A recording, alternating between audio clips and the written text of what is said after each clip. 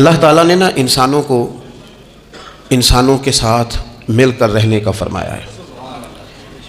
انسان معاشرتی طور پر ایک دوسرے کے ساتھ مل جل کے رہتا ہے، تو جب انسان انسانوں کے ساتھ مل کے رہتے ہیں تو پھر انسانوں کے ایک دوسرے کے ساتھ محسن اور احسان مند کے رشتے بھی ہوتے ہیں۔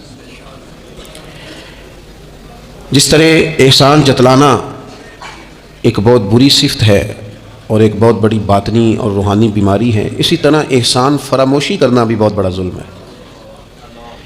ہمارے ہاں آج کل جو چیزیں بڑی سستی ہیں، بڑی ارزاں ہیں، بڑی سوکھی مل جاتی ہیں، ان میں ایک چیز احسان فراموشی بھی ہے۔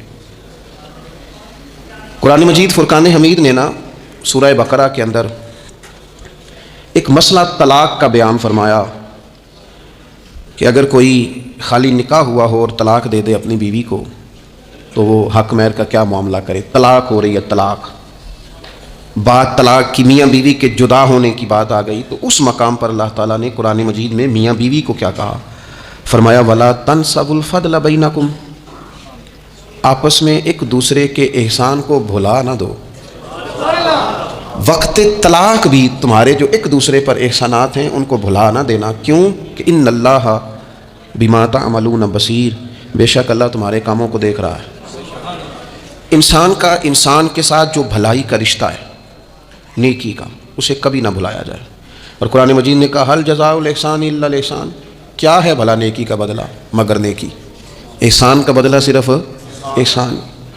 ہم نہ احسان مندی نہیں کرتے، مزاج نہیں پیدا کرتے۔ اچھا کبھی احسان مانتے بھی ہیں تو کسی نے جو ایک دو احسان کر دیے ہیں نا اس کا مانتے ہیں، اور ہمارے جو قریبی ہیں، جو اپنے ہیں، جن کے احسان گنے نہیں جا سکتے، شمار نہیں کیے جا سکتے، ہم پر سب سے زیادہ احسان ہمارے رب کریم کا ہے۔ اس نے ہمیں پیدا کیا ہے، اس نے ہمیں زندگی دی ہے، وہ ہمیں رزق دیتا ہے، اس نے ہمیں شعور دیا ہے، اور پھر اس کے بعد ہمارے اوپر سب سے بڑھ کر احسان ہمارے رسول پاک کا ہے صلی اللہ علیہ وسلم۔ حضور کا تو وجود ہی پورا اللہ کا احسان ہے۔ لقد من اللہ علی المؤمنین اذ بعث فیہم رسولا، رب کہتا ہے میں نے تم پر احسان کیا ہے کہ میں نے تمہیں اپنا رسول عطا فرمایا۔ حضور کا سارا وجود ہی ہمارے اوپر احسان ہے، لیکن آپ دیکھ لیں اس احسان مندی کا جو خاص جذبہ ہونا چاہیے تھا اور ہمارے وجود میں اس کے جو اثرات ہونے چاہیے تھے، اور ہماری طبیعت جس طرح جھکی ہوئی ہونی چاہیے تھی اس احسان پر، وہ ہمارا مزاج نہیں بنتا الا ماشاء اللہ۔ اللہ تعالیٰ کے احسانات ہیں، نبی پاک کے احسانات ہیں، پھر علماء، مشائخ، قرآن مجید کے تراجم، تفاسیر، احادیث کی شروحات لکھنے والے، ہمیں سمجھانے والے، جو ہمیں اللہ رسول سے جوڑتے ہیں، جو ہمیں وہ رستہ دکھاتے ہیں، ان لوگوں کے احسانات ہیں، ہمارے اساتذہ کے احسانات ہیں، اور دنیاوی احسانوں میں سب سے بڑھ کر جو ہمارے اوپر احسان ہے وہ ہمارے والدین کا ہے۔ اور قرآن مجید میں اللہ کریم نے فرمایا میرا بھی شکر ادا کرو اور اپنے ماں باپ کا بھی شکر ادا کرو، ان کا بھی شکریہ ادا کرو۔ مزاجوں میں تشکر کا جذبہ نہیں۔ وہ میں ایک دوست ناراض ہو گئے اپنے گھر سے، والد نے انہیں کہا ٹھیک ہے آپ الگ ہو جائیں، جو ان کا حصہ تھا وہ ان کو دے دیا، 4 بھائیوں میں سے ایک انہوں نے روانہ کر دیا۔ اب ظاہر ہے کچھ پریشان ہوئے، گھر چھوڑنا تھا تو ایک اور جگہ منتقل ہوئے، تو ان کے ایک دوست نے ان کی مدد کی اور ان کو انہوں نے کچھ دن اپنے ساتھ رکھا، پھر آہستہ آہستہ مواقع بن گئے اور جگہ ان کو مل گئی۔ تو وہ میرے ساتھ گفتگو کر رہے تھے، تو ہم جو سادہ لوگ ہوتے ہیں، دیسی دیہاتی، وہ ہم نا ایک بات ہی پکڑ لیتے ہیں ساری زندگی، اور تصویر کا دوسرا رخ دیکھنے کو تیار نہیں ہوتے۔ کہنے لگے جی یہ میرا محسن ہے، اس نے اتنے دن مجھے گھر رکھا، کوئی 20-25 دن اس نے مجھے اپنے گھر رکھا، پھر اس نے میرے ساتھ تعاون کیا، پھر کاروبار چلانے میں میری مدد کی، پھر مجھے مکان لے کے دیا، 1-2 سال تک اس طرح اس نے مجھے سپورٹ کیا کہ میں ٹانگوں پہ کھڑا ہو گیا۔ اماں ابا نے تو مجھے نکال دیا تھا، اور ان کی وہ شکوے بھی بیان کرنے لگا، شکایتیں بھی کرنے لگا، تو میں نے اسے کہا کمال ہے نا، جس نے 20 دن گھر میں رکھا وہ محسن ہے، اور جس ماں نے 9 مہینے پیٹ میں رکھا اس کے بارے میں تیرا رویہ ہی بدل گیا ہے۔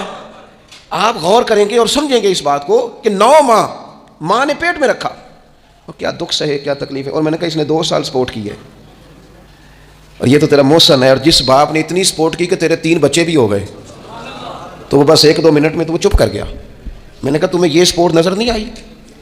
ہم جو پیر صاحب تک پہنچے، ہم جو استاد صاحب تک پہنچے، ہم جو دوستوں تک پہنچے، ہم جو رشتہ داروں تک پہنچے، ہم جو اولاد تک پہنچے، ہم جو سسرال تک پہنچے، ہم جہاں بھی پہنچے،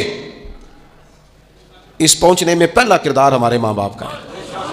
یہ پہلی درسگاہ ہے۔ میرے والد صاحب اپنا نام نہیں لکھنا جانتے تھے، میری اماں اپنا نام نہیں لکھ سکتی تھی، لیکن میں اپنے دوستوں سے کہتا ہوں کبھی مجھے موقع ملے تو 2 جلدوں میں کتاب لکھوں گا اپنے ماں باپ، میری والدہ کے بارے میں کوئی مجھ سے پوچھے کہ آپ کی اماں کیا ہے تو میں کہوں گا میری اماں میرے لیے یونیورسٹی ہے، میری اماں میرے لیے اتھارٹی ہے، اس لیے کہ اس گود کے اندر بیٹھ کے جو سیکھا ہے وہ کہیں اور سیکھنے کو نہیں ملا۔ میرے والد صاحب میرے لیے اسکول آف تھاٹ ہیں، میری سوچوں پر پہلا اثر ان کا ہے۔ ہم نا مطلب وہ نئے نئے رنگ، نئے نئے انداز، نئی نئی چیزیں دیکھ کر پیچھے ہم ہر چیز بھولتے جاتے ہیں اور نوے نوے نہ یار بنائیے۔ میں نہیں جے کو آکھنا اس لیے کہ میرا میاں صاحب سے یہ شکوہ ہے کہ تسی کمینہ ہی آگ چھڑیا ہے، یہ تو ثقیل لفظ ہے، صوفیاء ثقیل جملے استعمال نہیں کرتے، تو ثقیل ہے لفظ، یعنی آج کل بھی کسی کو کمینہ کہنا بڑا مشکل کام ہے نا، بندہ نلائق کہہ دے، بیوقوف کہہ دے، تھوڑا سا نا لفظ قابو میں ہے، لیکن کمینہ کہنا، لیکن میاں صاحب کہتے ہیں نوے نوے نہ یار بنائیے ایویں وانگ۔ وہ بھائی تھوڑا سا نا اپنے ماں باپ کے لیے بازو بچھے ہوئے ہوں، محبت ہوئی ہو، اور یار میرے رسول پاک کریم محبوب علیہ السلام معصوم آمنہ صلی اللہ تعالی علیہ وسلم، نبی پاک علیہ السلام نے نا فرمایا جس نے لوگوں کا شکریہ ادا نہیں نہ کیا اس نے اللہ کا بھی کوئی نہیں کیا۔ اگر تو کسی کا احسان مند ہی نہیں، اگر تو کسی کا مشکور ہی نہیں تو اللہ کا کیا شکر ادا کرے۔ حضور نے فرمایا جب کوئی تمہارے ساتھ نیکی کرے تو بہترین بدلہ دینے کی کوشش کرو۔ وہ بابا بلے شاہ صاحب نے نا کتے کی وفاداری کا بیان فرمایا ہے، اور بڑی سمجھنے والی بات ہے۔ بابا صاحب کہتے ہیں کہ کتا جو ہے نا اس کے ہم مالک ہیں، تو ہمارا بھی تو کوئی مالک ہے نا۔ فرماتے ہیں ایک روٹی کتے کو ڈالتے ہیں، دوسری مانگے تو کئی دفعہ لوگ جوتا بھی مار دیتے ہیں، لیکن خود مالک جو ہے کتے کا وہ پنکھے کے نیچے، اے سی کے نیچے سویا ہے، اور کتا جا کے صبح کسی درخت کے نیچے سوتا ہے، اور ساری رات مالک سویا ہوا ہے، یہ پہرے داری کر رہا ہے، اور کسی کو بھی اس کے گھر میں آنے نہیں دے رہا۔ کہتے ہیں تو کتے کا مالک ہے تو تیرا بھی تو کوئی مالک ہے نا، تو راتی جاگے تے شیخ صدامے، راتی تے جاگ دے کتے پیتھوں اتے، مالک دا در مول نہ چھڑ دے۔ وہ 4 سال بیماری آ جائے تو لوگ معاذ اللہ اللہ کے شکوے کرتے ہیں، اور تو جوتے مارتا ہے تو تیرا جانور تیرے گھر سے جانے کو تیار، لوگ بوری میں ڈال کے بند کر کے چھوڑ آتے ہیں، اسے پتہ ہے مالک چھوڑ گیا ہے، لیکن گھر آنے سے پہلے بلی پھر آ جاتی۔ راتی جاگیں تو شیخ صداویں، راتی جاگ دے کتے تیتھوں اتے، مالک دا در مول نہ چھڑ دے، پاویں مارو 100 جتے، ایک برکی دا قدر پچھانن، پاویں مالک ہو من ستے۔ اے تیتھوں اتے رکھا سکھا کھا، دنے جا رکھاں وچ ستے، تیتھوں اتے اٹھ بلیا چل یار منا لے نہیں تے پھر بازی لے گئے نہیں کتے، اٹھ بلیا چل یار منا لے نہیں تے بازی لے گئے، جنہاں تناں وچ عشق نہ رچیا کتے ہونا تھی چنگے۔ اور ویکھو نا مالک دے کر راکھی کر دے صابر بھوکے ننگے۔ اپنی زندگی میں کچھ مزاج شکر والا، نبی پاک علیہ السلام نے فرمایا جو تم سے نیکی کرے اسے اچھا بدلہ دینے کی کوشش کرو، اور حضور فرمانے لگے اگر بدلہ دینے کی طاقت نہ ہو تو پھر اس کے لیے دعا کرو، اور اتنی کرو اتنی کرو اتنی کرو محسن کے لیے دعا کہ تمہیں یوں لگے کہ تم نے حق ادا کر دیا ہے، پھر اس کے لیے دعا کرو، اپنے محسنوں کا شکریہ۔ اور یارو میرے نبی پر کوئی احسان نہیں کر سکتا، لیکن میرے رسول پاک صلی اللہ علیہ وسلم سے جس نے تھوڑی سی بھی محبت کی نا، مدینے والے لینے گئے میرے نبی پاک کو ہجرت سے پہلے، تو حضور کے چچا حضرت عباس رضی اللہ تعالیٰ عنہ حالانکہ ابھی کلمہ نہیں پڑھتے تھے، وہ کہنے لگے وہ مدینے سے لینے آنے والوں، نبی پاک یہاں بڑے معزز ہیں، ان کا بڑا اعزاز ہے، اگر تم محبوب کی حفاظت کر سکتے ہو تو پھر لے کے جانا۔ تو اہل مدینہ نے کہا کہ آپ ایک دفعہ بھیجیں تو صحیح، ہم تو اپنے اہل خانہ سے بڑھ کر حفاظت کریں گے۔ یہ باتیں ہو رہی ہیں، ایک انصاری تھے حضرت ابو الحیثم، اٹھ کے نا حضور کے قریب گئے، کہنے لگے یا رسول اللہ ایک بات کر لوں؟ حضور نے فرمایا کر لو۔ عرض کی حضور ہمارے جن سے بھی تعلقات ہیں ہم سب سے بگاڑ دیں گے، حضور ہم صرف اور صرف آپ کی غلامی کریں گے، لیکن ایک ہلکا سا ڈر ہے، اگر اجازت ہو تو عرض کر لوں؟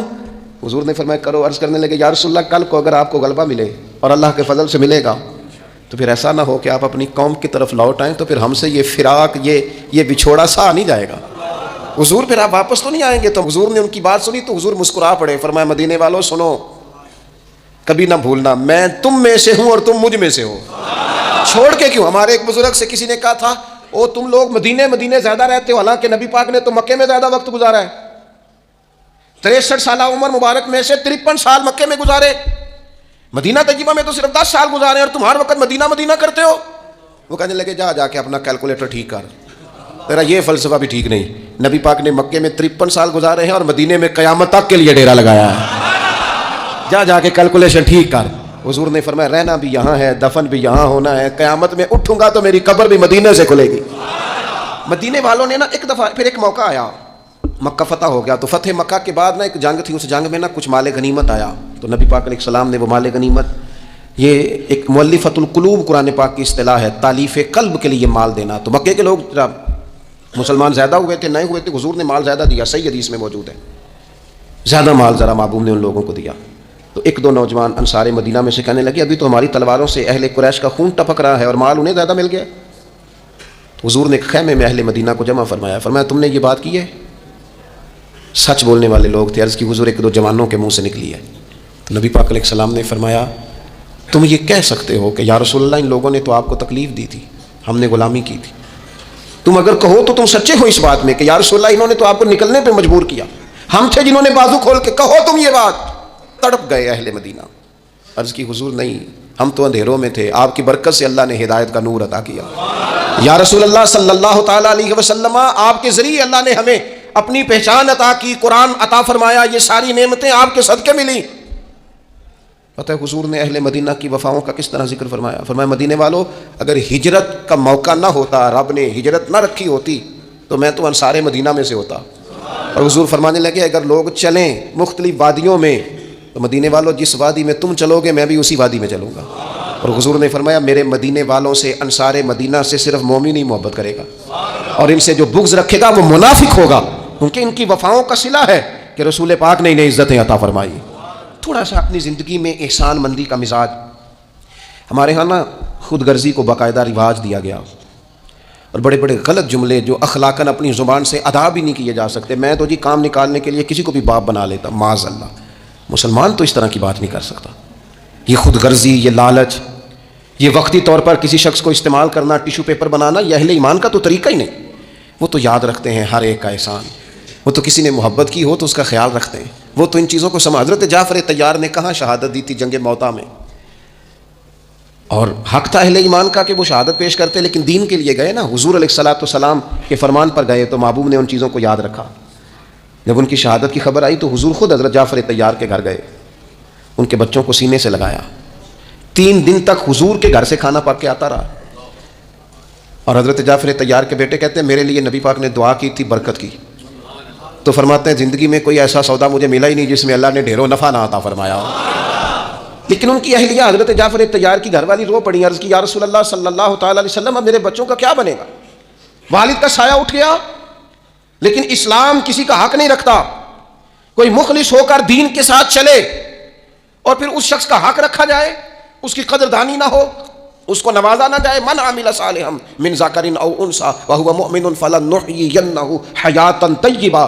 اللہ فرماتے ہیں جو بھی ایمان لانے کے بعد نیک اعمال کرے، چاہے مرد ہو چاہے عورت ہو مومن، فلنحيينه حیاتا طیبہ، ہم اسے پاکیزہ زندگی عطا فرمائیں گے، اسے اعزازات سے نوازا جائے گا، حیات طیبہ ملے.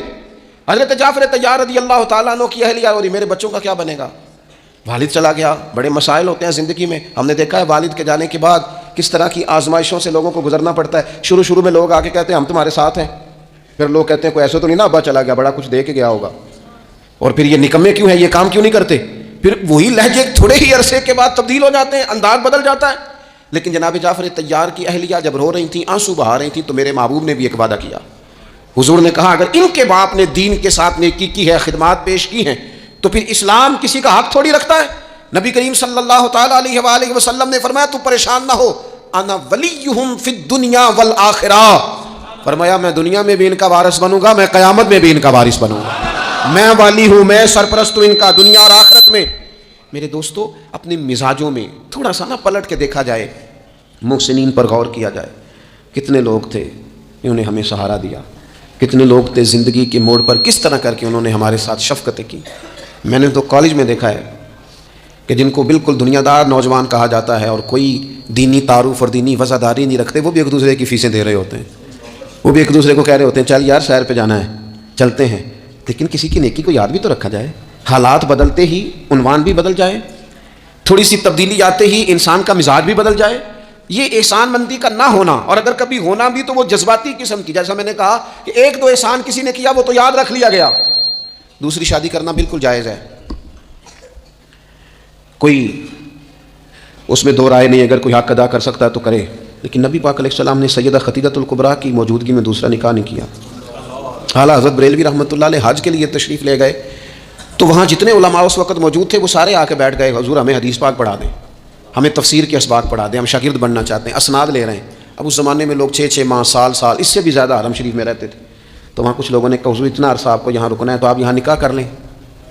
فرمانے لگے دوسری شادی جائز بھی ہے اور میں اس کی طاقت بھی رکھتا ہوں۔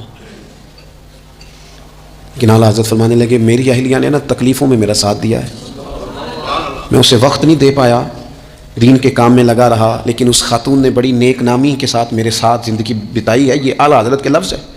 فرمانے لگے میں طاقت بھی رکھتا ہوں، شریعت کی اجازت بھی رکھتا ہوں، لیکن میں دوسری شادی اس لیے نہیں کروں گا کہ میری بیوی کو تکلیف ہوگی۔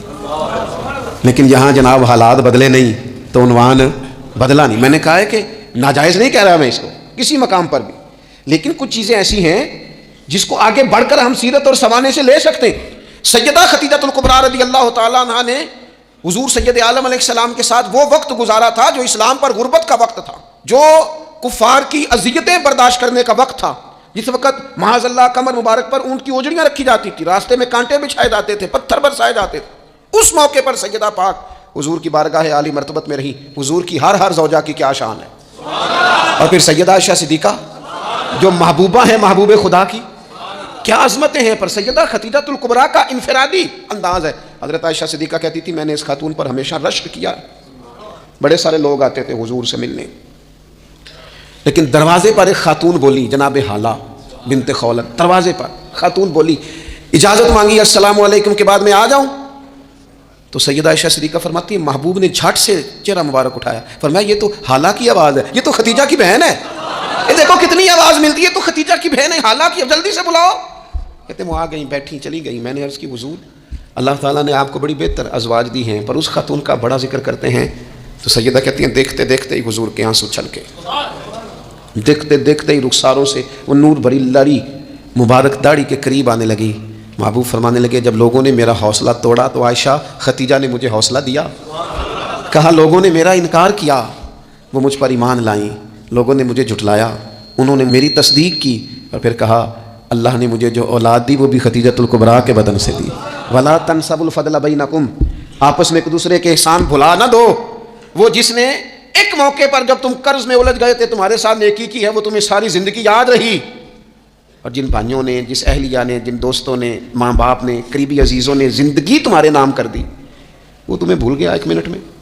اپنی زندگی احسان مندی والی ہو، اس میں حضرت ابوبکر صدیق رضی اللہ تعالیٰ عنہ نے بڑا کریم محبوب کا ساتھ دیا۔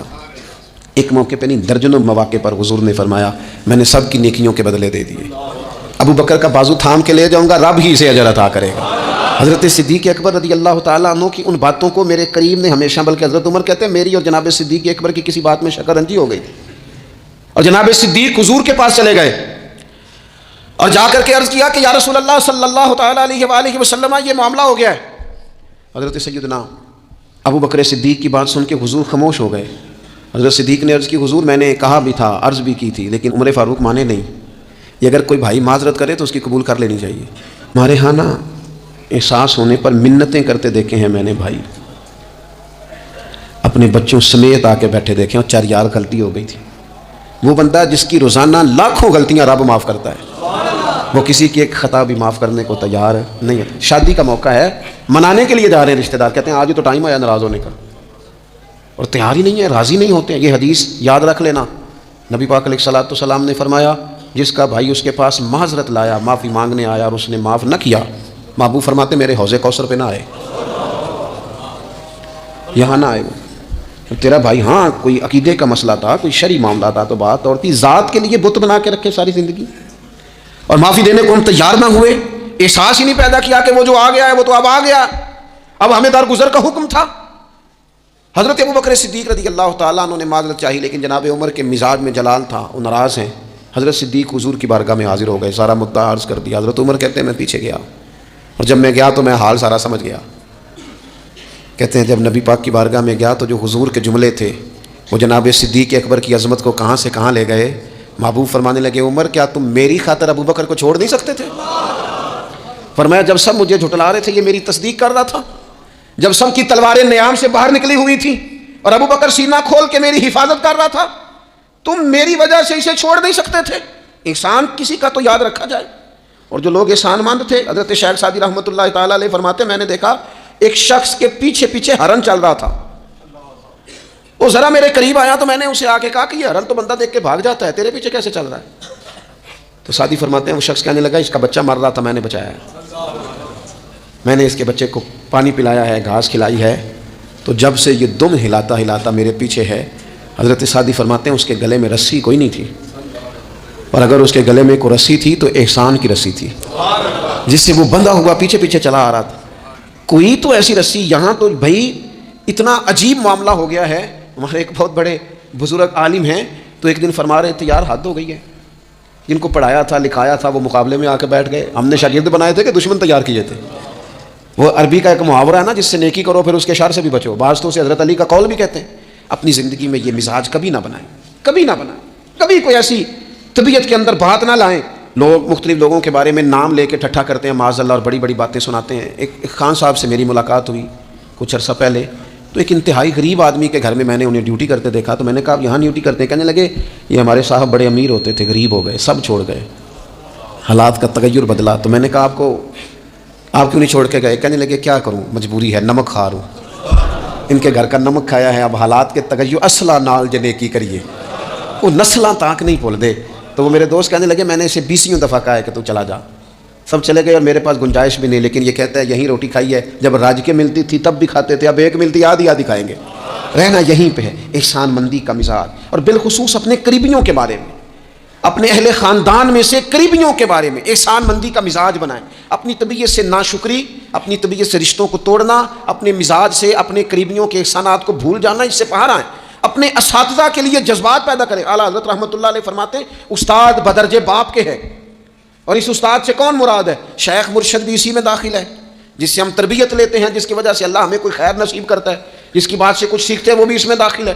فرماتے ہیں ان کا حق ہے، اور جو حق والے تھے انہوں نے حق اس طرح سمجھا کہ حضرت مولا علی شیر خدا فرماتے ہیں میرا استاد اگر چاہے تو مدینے کے چوک میں کھڑا کر کے مجھے بیچ دے، میں بک جاؤں گا، لیکن اس کے حق سے میں پیچھے نہیں ہٹوں گا۔ 17 رمضان مبارک کو جنگ بدر ہوئی، نبی پاک علیہ السلام نے فرمایا رب کریم نے بدریوں سے وعدہ کر لیا ہے، جو بدر میں شریک ہوئے اللہ نے وعدہ کر لیا ہے رب سب کو جنت عطا فرمائے گا۔ اہل بدر میں سے کوئی شخص آتا نا تو صحابہ اٹھ کے اس کا استقبال کرتے ہیں۔ بدر کے لوگوں نے جب کہا نا شہدائے بدر اور شہدائے احد کو فلاں فوت ہو گیا، فلاں مر گیا، تو اللہ نے کہا وَلَا تَقُولُوا لِمَن يُقْتَلُ فِي سَبِيلِ اللَّهِ أَمْوَاتٌ، خبردار تم نے مردہ کہنا بھی نہیں، جائے میرے رستے میں ابھی اسے مردہ کہا جائے، بل احیاء، بلکہ وہ زندہ ہیں، وہ زندہ ہیں۔ تم شعور نہیں رکھتے ان کی زندگی کا تو تم نے مردہ کہہ دیا، وہ تو زندہ ہے۔ میرے دوست جتنے بھی لوگ اسلام میں، حضرت عمر فاروق کہتے ہیں میں حضرت صدیق اکبر کے پاس بیٹھا تھا تو ایک خاتون آ گئی دربار خلافت میں کسی کام سے، تو حضرت سیدنا ابو بکر صدیق نے اپنے کندھوں سے چادر اتاری، اس چادر کو زمین پہ بچھایا، اس بیٹی کو، اس خاتون کو اپنی چادر پہ بٹھایا۔ تو حضرت سیدنا عمر کہتے ہیں میں نے کہا اللہ نے آپ کو اتنی شانوں سے نوازا ہے، انبیاء کے بعد آپ سب سے افضل ہیں، اور آپ اپنی چادر کس کے لیے بچھا رہے ہیں؟ کون ہے آخر یہ خاتون؟ تو حضرت ابو بکر صدیق فرمانے لگے حضرت سعد بن ربیع رضی اللہ تعالیٰ عنہ نے میدان احد میں حضور کے قدموں میں جان قربان کی تھی۔ میں نے کہا ہاں، کہنے لگے یہ اسی سعد بن ربیع کی بیٹی ہے، یہ آج آئی ہے۔ اور ہمارے ملک میں کیا ہوا؟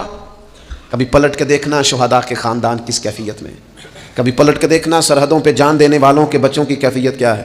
کبھی کسی تقریب میں بلا لیا جاتا ہے، 2 جملے کہہ دیے جاتے ہیں، کوئی ایک آدھ میڈل بھی دے دیا جاتا ہے، لیکن کبھی پلٹ کے دیکھنا ان کی کیفیات کیا ہیں، ان کا خیال رکھا، ان چیزوں کو غور کیا گیا۔ کسی نے اگر کسی مقام پہ کوئی نیکی کی تو اس نیکی کا اعزاز رکھا گیا۔ میں نے تو اپنی زندگی میں دیکھا ہے، بڑا چھوٹا آدمی ہوں کہ میں نے دیکھا ہے دین کا کام آپ تھوڑا کرتے ہیں، رب آپ کو اجر اتنا عطا کرتا ہے، اتنا عطا کرتا ہے کہ انسان شرمندگی میں پانی ہوتا جاتا ہے کہ یہ تو بالکل میری اوقات ہی نہیں تھی، یہ تو کیفیات ہی نہیں تھی۔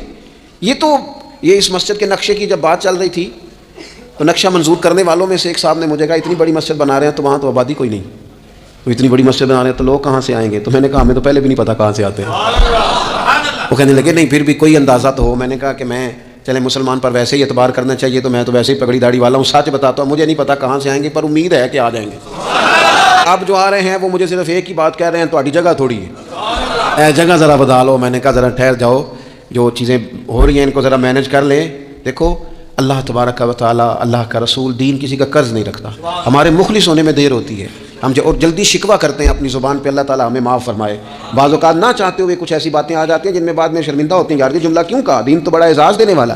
اپنے محسنوں کا شکریہ ادا کریں۔ آپ یقین کریں، میں نے زندگی میں ایسے اساتذہ دیکھے جن کا مقصود تنخواہ لینا نہیں تھا، پڑھانا تھا، اور انہوں نے جیب سے خرچ دے کے بچوں کو پڑھایا، دل لگایا، جد و جہد کی۔ ایسے مشائخ دیکھے جنہوں نے وارفتگی کے ساتھ لوگوں کو دین کی طرف قائل کیا۔ اب نہ زمانے میں تکلف پیدا ہو رہا ہے، اب طبیعتیں احسان مند نہیں رہی۔ بچے اپنے ماں باپ سے جب یہ کہیں کہ آپ نے ہمارے لیے کیا کیا ہے، اور جب شاگرد اٹھ کے اپنے استاد سے کہیں کہ اگر پڑھایا ہے تو فیس نہیں لی، مفت پڑھایا ہے۔